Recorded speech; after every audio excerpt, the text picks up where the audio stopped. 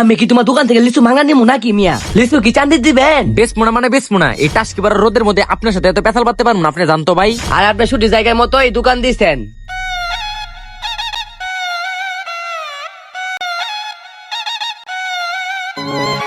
যাই, আজকে ভালোই বেচা কিনা হয়েছে। ভাই লিচু কত কইরে? লেচু ভাই, লেচু বেচতাম না ভাই। কি সমস্যা, লিচু আমার কাছে বেচবেন না কে? বেসমোনা মানে বেসমোনা, এই টাসকিবার রোদের মধ্যে আপনার সাথে এত পেছাল পারবো না, আপনি জানতো ভাই।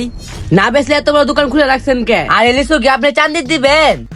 এত কৈফত তো আমি আপনাকে দিতে পারবো না। ওই যে সামনে দোকানটা যে দেখতেছেন আপনি, ওইখান থেকে লিচু কিনেন যান।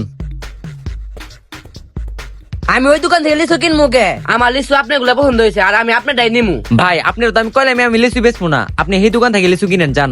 আমি কি তোমার দোকান থেকে লিচু মাঙ্গা নিমু নাকি? বারবার অন্য দোকান দেখাইতেছেন কে? আপনি ভাই ভুল বুঝতেছেন, আমি এগুলা ভাবতে যাবো কেন? ওই যে লিচু ব্যবসায়ীটা দেখতেছেন না, আপনি একটু এই লোকটার দিকে তাকান। টাকালাম তো হ্যান কি হয়েছে? আমি ভাই আজকে প্রায় 10,000-এর মতো লিচু নিয়ে আইছিলাম, আল্লাহর রহমতে সব লিচুই বিক্রি হয়ে গেছে। আর ওই যে লোকটারে দেখতেছেন না, এই টাসকি ভরা রোদের মধ্যে সারাটা দিন ধরে বৈশা আছে, একটা লিচু বেচতে পারে নাই।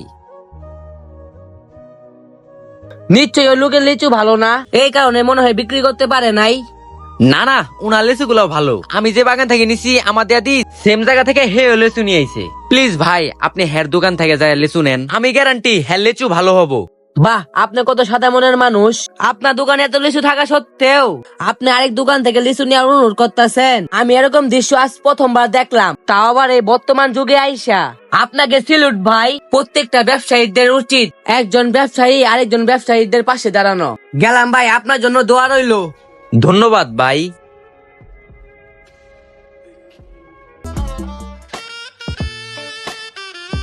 কি মিয়া, এইভাবে ঘুমাইলে ব্যবসা হবো? আমারে ভালো দেখে লিচু দেন। আচ্ছা ঠিক আছে ভাই, দেখাইতাছি।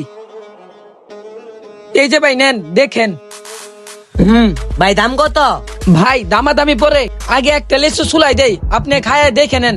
এই লিচু খাওয়া দরকার নাই, এই লিচু যে ভালো হবো এটা আমি আগে থেকে জানি। দাম কত হি ড্রাগন? ভাই 200 দিন। আচ্ছা ভাই, পুরো দিনে বইটা দেন।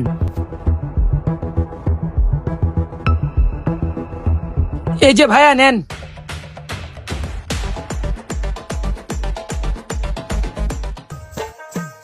এই যে ভাই টাকাটা নেন। এ ভাই, আমার কাছে তো ভাঙতি নাই, ভাঙতি করে দেন। আপনি আমার প্রথম কাস্টমার। আপনি পুরোটাই রেখে দেন, আবার যখন লিচু নিতে আসমু তখন আপনি কাইটা দিন। পুরাটাই রেখে দিমু। পুরোটাই রাখেন, আপনি অনেক সৌভাগ্যবান। আপনার আশেপাশে দোকানদাররা অনেক ভালো, আর আপনি ছুটির জায়গার মতন দোকান দিছেন। ভাই আপনি হঠাৎ এই কথা বললেন? আমি এতটুকুই বলতে পারমু, ওই যে আপনার দোকান সই যে দোকানদারকে দেখতেছেন না, দিন শেষে আপনাকে কিছু কাস্টমার পাঠায়, যেমন আমারও পাঠাইছে আপনার কাছে। সব সময় সৎভাবে ব্যবসা করেন, আল্লাহ কাউকে নিরাশ করে না, বুঝছেন? ভালো থাকবেন। আহারে হাইরে, লোকটা কত ভালা, আমি তারে নিয়ে হিংসা করতাম। আল্লাহ তুমি আমার মাফ করে দিও। যাই ভাইটার কাছে যাই মাফ চাই আই। ভাই আপনি আমারে মাফ করে দেন।